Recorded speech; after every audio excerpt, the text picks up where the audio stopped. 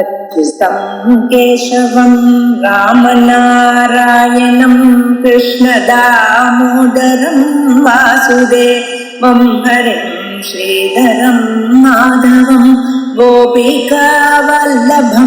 जानकीनायकं रामचन्द्रं भजे अच्युतं केशवं सत्यभामाधवं माधवं श्रीधरं राधिका राधितं इन्दिरामन्दिरं चेतसा सुन्दरं देवकी नन्दनं नन्दजं सन्ददे। ओम श्री गुरुभ्यो नमः। हरि ओम श्रुति पुराणानाम् आलयं करुणालयं नमामि भगवत्पादं शंकरं लोकशंकरं शंकरं शंकराचार्यं केशवं बादरायणं सूत्रभाष्य कृतौ वन्दे भगवन्तौ पुनः पुनः नारायणं तत्त्वं वसिष्ठं शक्तिं च तत्पुत्र पराशरं च व्यासं सुतं भगवतं महान्तं गोविन्दयोगीन्द्रमतास्य शिष्यं श्री शंकराचार्यमदास्य पद्मपादं च हस्तामलकं च शिष्यं तं तोरकं वाक्यकारमन्यान् अस्मद्गुरून् सन्ततमानतोऽस्मि तदा शिवसमारम्भां भगवत्पादमध्यमाम् अस्मदाचार्यपर्यन्तां वन्दे गुरुपरम्पराम् शान्ताकारं भुजगशयनं पद्मनाभं सुरेशं विश्वाधारं गगनसदृशं मेघवर्णं शुभाङ्गं लक्ष्मीकान्तं कमलनयनं योगिहृद्ध्यानगम्यं वन्दे विष्णुं भवभयहरं सर्वलोकैकनाथं। विष्णु सहस्रनामत्तुடைய 66வது ஸ்லோகம் பார்க்க வேண்டிய ஸ்லோகம். 615வது நாமாலேருந்து ஆரம்பிக்கக்கூடியது. பக்ஷஸ்வங்கஷதானந்தஹ நந்திர்ஜோதிர்கணேஸ்வரஹ விஜிதாத்மா அவிதேயாத்மா சத்கீர்த்திஹ சின்ன சம்சயஹ. பக்ஷ ஸ்வங்க பக்ஷஹ ஸ்வங்கஹ சதானந்தஹ நந்திஹி ஜோதிர்கணேஸ்வரஹ. இப்படி 6 நாமாக்கள் முதல் லைன்ல. அதுக்கப்புறம் விஜிதாத்மா விதேயாத்மா சத்கீர்த்தி சின்ன சம்சயா 6 நாமாக்கள். மொத்தம் 10 நாமாக்கள் இந்த ஸ்லோகத்துல இருக்கு. பக்ஷஸ்வங்கஷதானந்தஹ நந்திஹி ஜோதிர்கணேஸ்வரஹ விஜிதாத்மா விதேயாத்மா சத்கீர்த்திஹி சின்ன சம்சயா அப்படின்னு சொல்லிட்டு 615வது நாமம். ஸ்வக்ஷஹா அப்படின்னு சொல்லிட்டு, ஸ்வ அப்படின்னா சு அக்ஷஹா ஸ்வக்ஷஹா அழகிய கண்களை உடையவர் மகாவிஷ்ணு. சொல்ல வேண்டிய அவசியமே இல்லை அப்படின்றா, ஆனா அப்படி சொல்லி போற்றணுமே அவரை இல்லையா. ஸ்வக்ஷஹா சோபனே அக்ஷினி அஸ்ய அஸ்ய இது ஸ்வக்ஷஹா. யாருக்கு கண்ணானது சோபனமாக இருக்கிறதோ, எந்த பகவானுடைய கண்ணு சோபனமாக இருக்கிறதோ அந்த பகவானுக்கு ஸ்வக்ஷஹான்னு பேரு. சோபனம் அப்படின்னா என்ன அர்த்தம் அப்படின்னா புண்டரீக ஆபே அப்படின்னு ஆச்சாரியார் பார்க்கிறார். தாமரை போன்றதான ஒரு கண், அழகாக அந்த தாமரை கண்ணன் அப்படின்னு அவரை சொல்றது. செந்தாமரை கண்ணன் அப்படின்னு பேரை வைத்துக் கொள்வார்கள் இல்லையா. இப்படி ஸ்வக்ஷஹா அழகிய தாமரை மலருக்கு ஒப்பான அழகிய கண்களை உடையவர் அப்படின்றது. அதுக்கப்புறம் ஸ்வக்ஷஹா ஸ்வங்கஹா சு அங்கஹா அழகிய அங்கங்கள் இல்லையா. சோபன அங்காணி அஸ்ய இது ஸ்வங்கஹா. அவருடைய அங்கங்கள் இருக்க அழகிய அங்கங்கள். அவருடைய அங்கத்தினுடைய அழக சொல்ல முடியுவா ஐயா. அவருடைய கண்ணு, முகம், அவருடைய மார்பு எல்லாம் ரொம்ப அழகிய கௌசலத்தோட கூடியதான மார்பு. இப்படிப்பட்ட அங்கங்களை உடையவராக இருக்கக்கூடியவர்.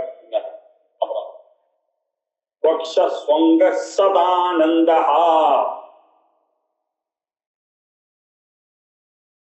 ஏகையேவ பரமாத்மா ஆனந்தஹ உபாதி பேதாத் சததா வித்யதே இதி சத ஆனந்தா.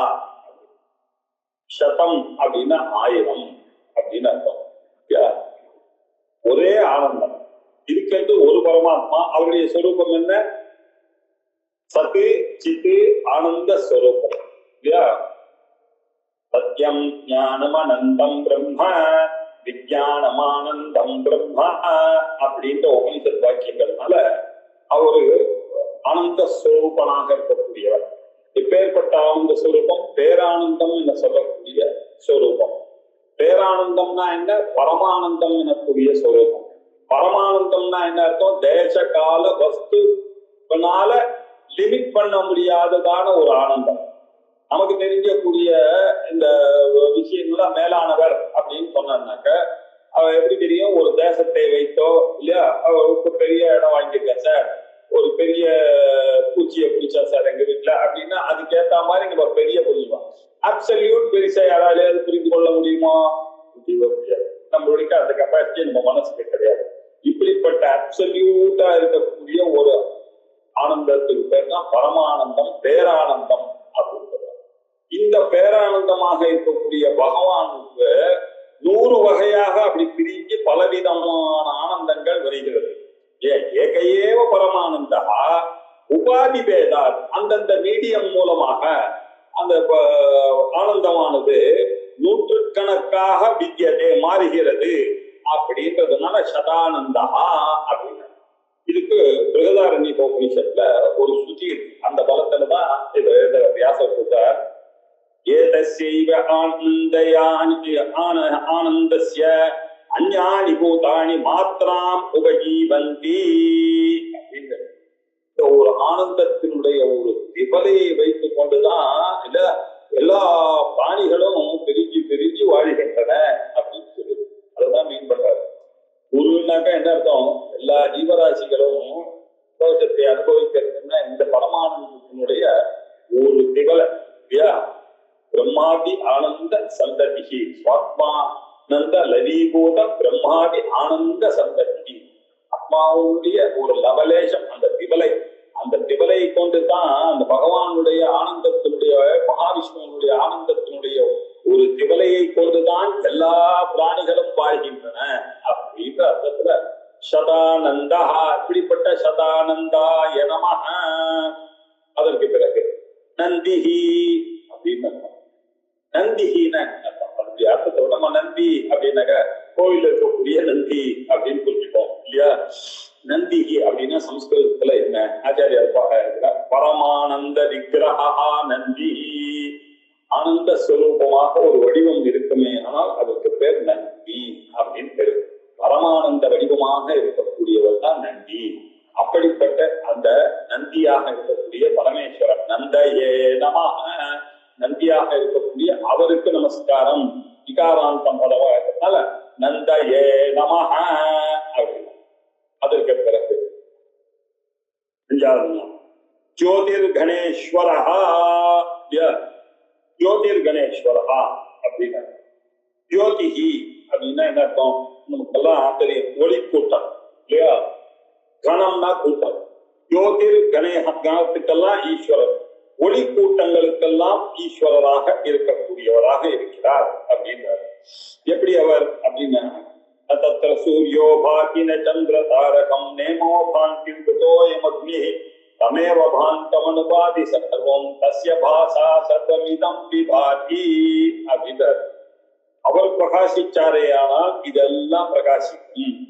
அவர் பிரகாசம் இல்லாமல் எதுவுமே உலகத்துல தெரியாதுங்க. அந்த சூரியன் பிரகாசிக்கும்போது சந்திரன் பிரகாசிக்காது, மின்னல் பிரகாசிக்காது, உங்களுடைய அக்னி பிரகாசிக்காது. எப்ப பிரகாசிக்கும்? அந்த பரமாத்மாவுடைய அனுகிரகம் இருந்தால் இதெல்லாம் பிரகாசிக்கும். அவர் பிரகாசிக்கவில்லை என்றால் இது எதுவுமே பிரகாசிக்காது அப்படின்ற அர்த்தத்துல தத்திர சூரியோ பாதி ந சந்திர தாரகம் நேமானிப்பிதோ பாந்தி குதோயம் அக்னி அமேவ பாந்தம் அனுபாதி சர்வம் தஸ்ய பாசா சர்வமிதம் விபாதி அப்படின்னு சொன்னார். இதையே பகவத்கீதையில சொல்லும் போது ஜகத் பாசயதே இல்லையா? இந்த ஜகத்தானது எப்படி ஒழிக்கிறது அப்படின்னா ஜகத் பாசயதே கிலம் இந்த அகிலத்தையும் ஒழிக்கிறவர் அவர்தான். எஸ் சந்திரமசி எஸ் சாக்னோ, சந்திரன்லயோ அக்னிலையோ இல்லையா எல்லாம் தேஜோ வித்தி மாமகம், அந்த தேஜஸானது அறிந்து கொள்ளப்பா நான் தான்ப்பா அந்த தேஜஸ் பகவத்கீதையில ரொம்ப அழகாக இதை சொல்லியிருக்காரு. தமேவபாந்தம் அனுபாதி சர்வம்னு கடவுபீஷத் சொல்றது. இவரு தத்தேஜோ வித்தி மாமகம், என்னுடைய தேஜஸ் தான்ப்பா இது அப்படின்னு சொல்லி இந்த ஒளி கூட்டங்களுக்கெல்லாம் தலைவராக இருக்கக்கூடியவர் ஜோதிர் கணேஸ்வரா. ஸ்வக்ஷா ஸ்வங்கா சதானந்தா நந்திகி ஜோதிர் கணேஸ்வரா அப்படின்னு 5 நாமாக்களை முதல் லைன்ல பார்த்தோம். விஜிதா ஆத்மா விதேயாத்மா சித் சத்கீர்த்தி ஸ்கின்ன சம்சயா, சாரி 10ன்னு சொல்லிட்டேன், 9 இது 4. விஜிதாத்மா அவிதேயாத்மா சத்கீர்த்தி சின்ன சம்சயா. விஜிதாத்மா அப்படின்னா என்ன அர்த்தம்? விஜித ஆத்மா மனஹா ஏனசா அப்படின்னு அர்த்தம். விஜிதாத்மான மனதை அடக்கியவர், ஜெயம் பண்ணினவர். மனதை ஆத்மானா இந்த இடத்துல மனசுன்னு புரிந்து கொள்ள வேண்டும். இது என்ன அப்படி இந்த மனசு ஜெயிக்கிறது, மனசை அடக்கக்கூடிய தன்மை இல்ல மனோநிகிரகா, அந்த மனசை அடக்கக்கூடியவர், மனசை வென்றவர் அப்படின்னு மனதை அடக்கியவராக இருக்கக்கூடியவர் விஜிதாத்மா. அப்படி மனதை அடக்கியவராக இருக்கக்கூடிய மகாவிஷ்ணு சொல்லணுமா, அவர்தான் அப்பேற்பட்ட விஜிதாத்மாவாக ஜிதேந்திரியன் விஜிதாத்மா அப்படின்னா பகவானுடைய பெயர்கள் இல்லையா. அப்படிப்பட்ட விஜிதாத்மனே நமஹா. அதுக்கப்புறம் விஜயாத்மா அப்படின்னாரு. விஜயாத்மா அப்படின்னு நம்ம எப்படி நம்ம படத்தை வச்சிருக்கோம், அதிதேயாத்மா அப்படின்னு சொல்றாரு. எப்படின்னா கேனாபி விஜயா ஆத்மா ஸ்வரூபம் அஸ்ய இது அவிதேயமாத்மா அப்படின்னாரு. யாரும் அவரை கட்டுப்படுத்த முடியாது, யாருக்கும் ஆட்படாத ஒரு சொரூபமாக இருக்கக்கூடிய அவரை இப்படித்தான் அப்படின்னு யாரும் ஒரு கட்டளை இட முடியாது. அப்பேற்பட்ட சர்வதந்திர சுதந்திர மகாபிரபுவாக இருக்கக்கூடியவர் அவர். அதனால யாருக்கும் ஆட்படாத சொரூபமாக இருக்கக்கூடியவர் அப்படின்னு ஆச்சாரியார் பேசி பண்ணாங்க. ஆனா சில வைஷ்ணவர்கள் அப்படி எல்லாம் அவர்கள்லாம் இதை எப்படி பண்ணீங்கன்னா அது அவிதேயாத்மா தான் விஜயாத்மா. அவெல்லாம் எப்படி பண்றா, பக்தி பரமா போயிட்டாங்க. பக்தியில பக்தர்கள் எங்க கூப்பிட்டாலும் வருவார், யாராட்டு கூப்பிட்டாலும் வருவார், அங்க நில்லு இங்க நில்லு இங்க உட்காரு அப்படின்னு சொன்னா அது கட்டுப்படக்கூடிய பரம சௌலபிய ஸ்வரூபமாக இருக்கக்கூடியவர் அப்படின்னு அவளுடைய வியாக்கியானம். நம்ம என்ன சொல்றோம், இல்ல இவர் அவிதேயமா தான், இவருக்கு யாரும் சொல்ல முடியாது, நான் வேற ஆங்கிள் நம்ம சொல்றோம் அவிதேயமாத்மா அப்படின்னு. அதனால விஜிதா ஆத்மா அவிதேயாத்மா சத்கீர்த்தி சத்கீர்த்தி ததோ அபிததா கீர்த்தி அஸ்ய இதி சதஹ அபிதிதா கீர்த்தி அஸ்ய இதி சத்கீர்த்தி. சத்து அப்படின்னா என்ன அர்த்தம்? எக்காலத்திலையும் இருக்கும் தன்மை உடையவர், எக்கால அபாத்தியம் சத்து. இப்படி எப்பொழுதுமே இருக்கக்கூடிய கீர்த்தி. அந்த கீர்த்தியானது ஒரு நாளும் அபிததமாக போகாது. அப்படின்னா விகதம்னா பொய்யாக போகாது, பொய்யாகாத ஒரு கீர்த்தியை உடையவர் அப்படின்னு. சதா சர்வகாலமும் காலத்தினால அழியாததான கீர்த்தி, யாராலையும் பொய்யாக்க முடியாததான ஒரு கீர்த்தி இருக்கிறதுனால இவருக்கு சத்கீர்த்தி அப்படின்னு பேரு. இப்படிப்பட்ட சத்கீர்த்தியா இருக்க மகாவிஷ்ணுக்கு சத்கீர்த்தயே நமஹ அப்படின்னு. அதுக்கப்புறம் சின்ன சம்சயா அப்படின்னு அவரை சாட்சாத்கரித்து விட்டோமே ஆனால் நம்மளுக்கு இந்த உலகத்துல எந்த ஒரு சந்தேகமும் கிடையாது. கரதல ஆமலகவது சர்வம் இல்லையா, கையில உள்ளங்கை இல்லிக்கணி போல நமக்கு தெரிந்துவிடும். சந்தேகத்துக்கு அப்பாற்பட்டவராக இருக்கிறார் அப்படின்னு தெரிஞ்சோம். எல்லா சந்தேகம் வாழ்க்கையில நான் எப்படி பிறந்தேன், எங்க பிறந்தேன், இந்த சந்தேகங்கள்லாம் எப்படி வந்தது? இறைவனை பற்றியதான சரியான புரிதல் இல்லாததுனால வந்தது. அது வந்துட்டே ஆனா இந்த கோபீஷத்தை சொல்றது அந்த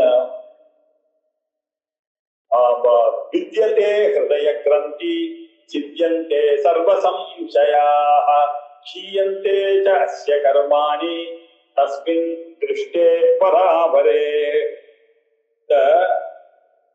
எல்லாத்துக்கும் மேலாக இருக்கக்கூடியவராக இருக்கக்கூடிய அவரை நீங்கள் அறிந்து கொண்ட இல்லையானால் இல்லையா, பராபர வஸ்துவாக பார்க்கப்படுவதாக இருக்கக்கூடிய அவரை நீங்கள் அறிந்தீர்களேயானால் உங்களுடைய ஹிருதயத்துல இருக்கக்கூடிய முடிச்சு வித்தியதே ஹிருதய கிரந்தி, அந்த பந்த பாஷங்கள் எல்லாம் அவிழ்கிறது. அது மாத்திரம் இல்ல, இது வரைக்கும் உங்களுக்கு எனக்கு அது கிடைக்குமா, நான் தருகனா, நான் பகவானுக்கு உகந்தவனா ஆவேனா, பகவானுடைய சாகித்யம் எனக்கு கிடைக்குமா, இப்படி போன்ற சந்தேகங்கள் எல்லாம் மனுஷனுக்கு இருக்கிறது. அந்த எல்லா சந்தேகங்களும் அவனுக்கு நீங்க சின்னமாயிடும். அப்படின்னா என்னதான் அப்படி பிசில் அவுட் ஆயிடும். எல்லா சந்தேகமும் அவர் போக்கக்கூடியவர். இப்படி சந்தேகத்துக்கு அப்பாற்பட்டவராக சந்தேகமற்றவராக இருக்கக்கூடிய அந்த மகாவிஷ்ணுவுக்கு நமஸ்காரம். சின்ன சம்சயாய நமஹ அப்படின்னார். அதற்கு பிறகு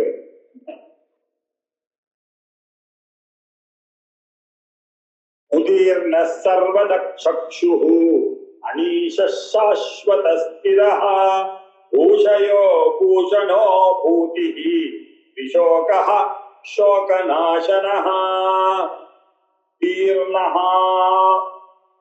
நாம சர்வதக்ஷுः, அதுக்கப்புறம் சர்வதக்ஷுः அனீஷः, அதுக்கப்புறம் சாஸ்வத ஸ்திரஹா. 4 நாமா முதல்ல இருந்தார். பூஷயஹ பூஷணஹ பூதிஹி விசோகஹ சோகநாசனஹ. 5 நாமம். 9 நாமம் இந்த ஸ்லோகத்தில். உதீர்ணஹா அப்படின்னா என்ன அர்த்தம்? சர்வபூதேபியஹ சமுத்திரிகத்வாக்கு உதீர்ணஹா அப்படின்னார். எல்லா பிராணிகளுக்கும் உதீர்ணம் மேலாக இருந்து கொண்டிருக்கக்கூடியவர் அவர். எப்படி வேணால் நம்மளுடைய உள்கண்ணனாலையும் சரி வெளியிலையும் பார்க்கும்படியாக அவதரிக்கக்கூடியதாக ஒரு சுரூபத்தை வைத்துக் கொண்டிருக்கிறவர் அப்படின்னு சொன்னார் பாஸ்கர். உதீர்ணஹா, அவர் எல்லாருக்கும் மேலானவராக இருக்கிறார். அதுக்கப்புறம் சர்வதஸ்சக்ஷுஷஹ சர்வதஸ்சக்ஷுஷே நமஹ சர்வதஹ சக்ஷுஷஹ. அவருக்கு எல்லா இடத்துலயும் அவர் இல்லாத இடமே இல்லை. சஹஸ்ர சீரிஷா புருஷா சஹஸ்ராட்ச சஹஸ்ரபாதன வேதம் இல்லையா, அவருக்கு ஆயிரக்கணக்கான கண்களை எல்லாம் உடையல. சர்வதஹா சர்வம் ஸ்வசைதன்யேன பஷ்யதி இது சர்வதச்சக்ஷு. அவருடைய சைத்தன்ய ஸ்வசைதன்யேன, அவருடைய சைத்தன்யம் இல்லாத இடமே இல்லை. அவர்தான் எல்லாருக்குமே ஈஸ்வரனாக இருக்கிறார். விஸ்வதஸ்சக்ஷு ஹுத விஸ்வதஸ்பாத் அப்படின்னு வேதமானது சொல்றது. அது மட்டும் இல்ல, பகவத்கீதையில அவருக்கு என்ன சொல்லிருக்கு? சர்வதஸ் பாணிபாதம் ததே சர்வதோக்ஷிசிரோமுகம் சர்வதஸ்ருதி மல்லோகே சர்வம் ஆவ்ருத்ய திஷ்டதி. அவருக்கு எல்லா இடத்துலயும் கண் இருக்கு, எல்லா இடத்துலயும் கால் இருக்கு, அவருக்கு எல்லா இடத்துலயும் கண் இருக்கு, எல்லா இடத்துலயும் காது இருக்கு. அப்படின்னா என்ன அர்த்தம்? எல்லா இடத்துலயும் அவர் இருக்கார். இங்கனாதபடி எங்கும் நம்மை பார்த்து கொண்டே இருக்கிறார். நாம செய்யக்கூடியதுக்கெல்லாம் மனசாட்சியாக உட்கார்ந்து கொண்டு நம்மை பார்த்து கொண்டு அந்தர்யாமியாக இருந்து எல்லா வழியும் பார்த்து கொண்டு இருக்கக்கூடியவர்ப்பா. அப்பேற்பட்ட அந்த மகாவிஷ்ணுவுக்கு நமஸ்காரம் அப்படின்னு சொல்றோம் இல்லையா. சர்வதஸ்சக்ஷுஷே நமஹ. அதுக்கப்புறம் அனீஷா ந வித்யதே அஸ்ய ஈஷா இது அனீஷா. பகவானுக்கு மேல ஒருத்தர் இருப்பாரோ, கண்ட்ரோல் பண்றதுக்கு யாராவது இருக்க முடியுமா? மகாவிஷ்ணுவுக்கு மேல ஒரு தெய்வம் இருக்குமா இல்லையா? அவரை என்று வேறு யார் இருப்பார்? அதனால அவரை ஒருவர் ஈசனம் பண்ண முடியாது. ந வித்யதே அஸ்ய ஈஷா. இவருக்கு ஒரு கண்ட்ரோல் இருக்க மாதிரி நாம் அறியப்படவில்லையே இந்த உலகத்தில், இந்த சாஸ்திரங்களில். அதனால அவருக்கு அனீஷா ந தஸ்ய ஈஷே கஷ்டன. அவருக்கு ஈஸ்வரன் யாரும் இருக்கா மாதிரி தெரியல அப்படின்னு நாராயண உபனிஷத்து வேற சொல்றது. ஆகையினால அவருக்கு இவருக்கு மேல ஈஸ்வரன் இல்லை. பக்தர்களுக்கு பராதீனமாக இருக்கிறதுனால சுதந்திரம் இல்லாத சுதந்திரம் இல்லாதவராக இருக்கிறார் அப்படின்னு இந்த அனீஷ பதத்தை இப்படி வியாக்கியானம் பண்றார் பராசரப்பட்டார். நம்ம ஆச்சாரியால் எப்படி பண்ணிட்டார், இவருக்கு மேல ஒரு ஈஸ்வரன் இல்லப்பா, அறிய முடியாது பாணி அப்படின்னு சொல்லியிருக்காரு. அதுக்கப்புறம் ஓ சர்வத சக்ஷுஷே நம, அனீஷாய நம, சாஸ்வத ஸ்திராய நம. சாஸ்வதமாக இருக்கக்கூடியவர், ஸ்திரமாக இருக்கக்கூடியவர் இல்லையா. அவர் சத்து சித்த ஆனந்த ஸ்வரூபமாக இருக்கிறதுனால எப்பொழுதுமே இருக்கக்கூடியவர். சஸ்வத் பவதி இல்லையா, எப்பொழுதும் இருந்து கொண்டு இருக்கக்கூடியவர். அது மாத்திரம் இல்ல, எந்த ஒரு விக்ரியையும் இவருக்கு அஸ்தி வர்த்ததே, அஸ்தி ஜாயத்தே வர்த்ததே விக்ரிநிமத்தே அபக்ஷியத்தே வினஷதி அப்படின்னு இந்த விகாரங்கள், இந்த பாவ விகாரங்கள்லாம் உலகத்துல தோன்றின பொருள்களுக்கு மனிதர்களுக்கெல்லாம் இருக்கு. பிறப்பது, வளர்வது, அப்படியே க்ஷீணமாகுது, அப்படியே கொஞ்ச நாள் ஆனோடனே இறந்து போறது, க்ஷீணமாயி செத்து போறது அப்படின்னு பிறப்பு இறப்பு இதெல்லாம் பிராணிகளுக்கு உண்டு, பகவானுக்கு உண்டு. இதெல்லாம் ஒரு காரியத்துக்காக அவதாரமாக வருவார்கள், வந்து தன்னுடைய காரியத்தை முடிச்சுட்டு போவார்களே தவிர அவர்களுக்கு அஜோடித்ய சாஸ்வதோயம் புராணா, அவர்களுக்கு பிறவி இறப்பு முதலிய இவைகள்லாம் அவர்களுக்கு கிடையவே கிடையாது. சஸ்வத் பவதி, அவர்கள் எப்பொழுதும் இருந்து கொண்டே இருந்து ஸ்திரமாக இருந்து கொண்டிருக்கக்கூடியவர். அதனாலதான் அவர் ரெண்டுத்தையும் சேர்த்து சாஸ்வத ஸ்திரஹா அப்படின்னு ஒரு நாமாவாக நம்ம ஆச்சாரியால் எடுத்துக்கிட்டாரு. ஒரு நாமாவாக எடுத்துட்டார் சாஸ்வத் ஸ்திரஹா அப்படின்னு. அதுக்கப்புறம் அப்படிப்பட்ட சாஸ்வத ஸ்திராய நமஹ, பூஷயாய நமஹ. பூமௌ சேதே இதி பூஷேதே அப்படின்னாரு. எப்படி பூமௌ சேதே இதி பூஷேஹா. இப்ப என்ன பண்ற, லங்காம் பிரதி மார்க்கம் லங்கைக்கு போகும்பொழுது ராமரானவர் என்ன பண்ணாரு, வழிகாண வேண்டி கடற்கரையில எல்லா வானவங்களோட சேர்ந்து அவரோடு சேர்ந்து சயனித்தவர் இல்லையா. அதனால பூஷயான் அப்படின்னு சொல்லலாம். பூமிக்கு இருந்தவர் அப்படின்னு சொல்றதுனால அவருக்கு பூமியில் இருக்கப்பா வச்சேதே அப்படின்னு சொன்னதுனால பூமியில் ரிசைட் பண்ணவர், இருந்தவர் அப்படின்னு அர்த்தம். அல்லது பூமியில் சயனித்தவர். பகவானுக்காக அவர் என்ன பண்றாரு, அர்ச்சா வடிவத்துல இருந்து கொண்டு சில க்ஷேத்திரங்கள்ல இன்னும் கூட அப்படி படுத்து கொண்டே இருந்த கோலத்துல எல்லாருக்கும் அருளை பார்த்து கொண்டிருக்கிறார் அப்படின்றதுனால பூஷயாய நமஹ. அதுக்கப்புறம் பூஷணே நமஹ. பூஷணம் அப்படின்னா என்ன, அது ஒரு விசேஷமான ஒரு பதம் இல்லையா. எல்லா பூஷணங்களும் மனிதர்களுக்கு போட்டானாக்க அவர்கள் எல்லாம் போட்டா அவர்கள் ஜெயிப்பார்கள். ஆனா பகவானே பூஷணம், அவருக்கு எதுக்கு இங்க ஒரு பூஷணம் இல்லையா. அவரே ஒரு பூஷணனாக ஸ்வச்ச அவதார பகுபிகி பூமிகி பூஷயன் பூஷணா அப்படின்னார். அவரே ஒரு பூஷணமாக இருக்கக்கூடியவர். அப்படி இல்லைன்னா பூக்கு பூஷணமாக ஆகணும் என்பதற்காக, இந்த உலகத்தை உய்விக்க வேண்டும் என்பதற்காக அவதாரம் எடுத்து பல அவதாரங்களை அவர்கள் பூமியை அலங்கரிப்பதாக வந்தார். அதனால அவருக்கு மரியாதை செய்யறதுதான் பூஷணம். இப்படி இருக்கக்கூடிய நமஸ்காரத்திற்கு அருகராக இருக்கக்கூடிய அந்த மகாவிஷ்ணுக்கு பூஷணாய நமஹ அப்படின்னார். அதற்கு பிறகு சர்வத சக்ஷுஹு அனீஷ சாஸ்வத ஸ்திரஹ பூஷயோ பூஷணோ பூதிஹி இல்லையா.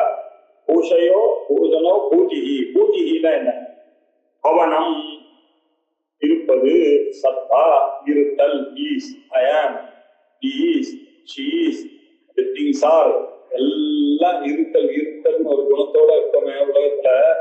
இந்த இருத்தல் எங்கேருந்து வந்தது, பரமேஸ்வரன் மகாவிஷ்ணுவோட வந்துதான் இந்த இருத்தல் அப்படின்னு அர்த்தம். இன்னொரு அர்த்தம் பூத்தின்னு எனக்கு கொஞ்சம் விபூதிஹி அப்படின்னு, விபூதி பூதி ஐஸ்வர்யம் அப்படின்னு அமரகோஷம் சொல்றது. விபூதினா பகவானுடைய பெருமை, பகவானுடைய இருப்பு. அவர் என்று ஒரு அணுவும் அசையாது. அதனால அவர் இல்லாமல் எது அசையும், அங்கிங்கனாதபடி எங்கும் நீக்கமர நிறைந்து இருக்கக்கூடிய இருத்தலை உடையவர் அவர் அப்படின்னு ஒரு அர்த்தம். ஐஸ்வர்யமாக இருக்கக்கூடிய விபூதி பூதி ஐஸ்வர்யம். பகவத்கீதையில உங்களுடைய விபூதிகளை எல்லாம் எப்படி காட்டுறது அப்படின்னு கேட்ட உடனே நான் எங்க எல்லாம் இருப்பேன்னு ஒரு லிஸ்ட் கொடுத்தாரோ இல்லையா, வேதானாம் சாமவேதோஸ்மி, மாசங்களில் எல்லாம் மார்கழியாக இருக்கிறேன் அப்படின்னு சொல்லி அவருடைய ஐஸ்வர்யங்களை அடுக்கினார் இல்லையா. இப்படி பூதியாக இருக்கக்கூடிய மகிமையோட இருக்கக்கூடியவர் கூட்டையே நமஹ. அதுக்கப்புறம் விஷோகாய நமஹ, விகத சோகா விசோகா, விகத சோகா அஸ்ய பரமானந்தைக அந்தைக ரூபத்வாத். அவர் எப்போதுமே ஆனந்த ரூபம். அதுவும் நான் என்ன சொன்னேன், பரமானந்த ரூபமாக இருக்கின்ற காரணத்தினால் தேசகால வஸ்து பரிச்சின்ன ரகிதமாக இருக்கக்கூடிய ஆனந்த ஸ்வரூபமாக இருக்கக்கூடிய அந்த பகவானுக்கு சோகம் என்பது எப்படி இருக்கையா, அவருக்கு சோகம் என்பதற்கான சான்ஸே கிடையாது. அவரால் கொடுக்க முடியாத விஷயங்கள், மனுஷங்களுக்கு துன்பம் கொடுக்கணும் கொடுக்க முடியாது, அவரால் கொடுக்க முடியாது. ஏன்னா அவருக்கு இன்பத்தை கொடுப்பார், எல்லாருக்கும் சொலேசம் கொடுப்பாரு தவிர யாரையும் தட்டிக்க மாட்டார் அப்படின்னு சொல்றது இல்லையா. ஆகையினால அவருக்கு சோகம் என்பதே கிடையாது. ஏன், அவர் பரமானந்த ஸ்வரூபமாக இருக்கக்கூடிய காரணத்தினால். இப்பேற்பட்ட விஷோகாய நமஹ. அதுக்கப்புறம் சோகநாசனாய நமஹ. சோகமானது எப்படி சார் நாசம் பண்றார் அவர் அப்படின்னா, அது அவரால் சோகத்தை கொடுக்க முடியாது, சோகத்தை நாசம் பண்ண முடியாது. ஸ்மிருதி மாத்திரேன பக்தானாம் சோகம் நாசயதி இது சோக நாசா. பாருங்க, எல்லாரும் கஷ்டத்துல வரும்போது அவரை நினைத்த மாத்திரத்திலே, ஸ்மிருதி மாத்திரேன அவரை நினைத்த மாத்திரத்தினாலேயே பக்தானாம் சோகம் நாசயதி, பக்தர்களுடைய சோகத்தை அவர் நசித்து விடுகிறார்களா. அப்பேற்பட்ட ஒரு மகாஸ்வரூபம். நினைத்தாலே ஒரு தடவை நீங்க நாராயணா அப்படின்னு ஒரு பதத்தை சொன்னா, இந்த அஜாமில் கதையெல்லாம் பார்த்துருக்கோம். தன்னுடைய குழந்தைக்கு நாராயணன் நாராயணன் சொல்லி அவனுக்கு தண்ணி கேட்கறதுக்காக நாராயணன் கூப்பிட்டா யமதூதர்களை விஷ்ணு தூதர்கள் மிரட்டிட்டாரு. அவன் கடைசி சமயத்துல நாராயணன் கூப்பிட்டா நாங்க தான் அவருக்கு பொறுப்பு அப்படின்னு யமதூதர்களை தள்ளிட்டு அவளுக்கு ஏன் நாம மாத்திரத்துக்கு ஒரு மகிமை. நாமத்தை நினைத்தாலே நம்மளுடைய சோகங்கள் எல்லாம் போகக்கூடியதா. நம்ம விஷ்ணு படிச்சா நீங்கெல்லாம் மனசு சந்தோஷமா இருக்குன்னு சொல்றோம் இல்லையா, மன நிம்மதியாக இருக்கு சார் இல்லையா. இப்படிப்பட்ட சோகத்தை போக்கக்கூடியவராக இருக்கக்கூடியவர் அப்படின்னு இன்னைக்கு 2 ஸ்லோகங்கள் 18 நாமாக்களை பார்த்தோம். ஸ்வங்கசதானந்தோ நந்திர்ஜோதிர்கணேஸ்வரः விஜிதாத்மா விதேயாத்மா சத்கீர்த்திஸ்சின்ன சம்சயः உதீர்ணः சர்வதச்சக்ஷுः அனீஷः சாஸ்வதஸ்திரः கோஷயோ பூஷணோ பூதிः விஷோகः சோகநாசனः அப்படின்னு பார்த்தோம். இதனுடைய மேல் பாகத்தை அடுத்த கிளாஸ்ல ஓம் பூர்ணமத பூர்ணமிதம் பூர்ணாத் பூர்ணமுதச்யதே பூர்ணஸ்ய பூர்ணமாதாய பூர்ணமேவாவசிஷ்யதே. ஓம் சாந்தி சாந்தி சாந்தி. ஹரிஹி ஓம். ஸ்ரீ குருभ्यो நமः. ஹரிஹி ஓம்.